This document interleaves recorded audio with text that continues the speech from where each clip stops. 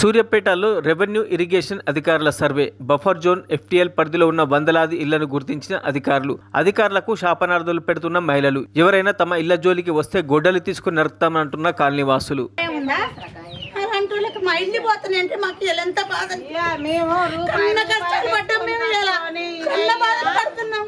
నిద్ర ఆగారం లేకుంటున్నాం. ఎవరు లంచ న్యాయం ఉందా? గెలిపించి బాధలు పడుతున్నా. ఇప్పుడు 5 రోజుల నుంచి కొలతలేసిపోయిన నుంచి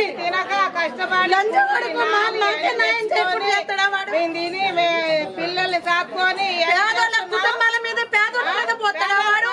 ఉన్నోళ్ళ మీద పోయే లక్షల కోట్లు ఎలా తీయాలి వాడు? మాలాంటి ప్రజల మీద కొట్టుకుంటే ఏముంది? దరిద్రం ఉండా కొడుకు.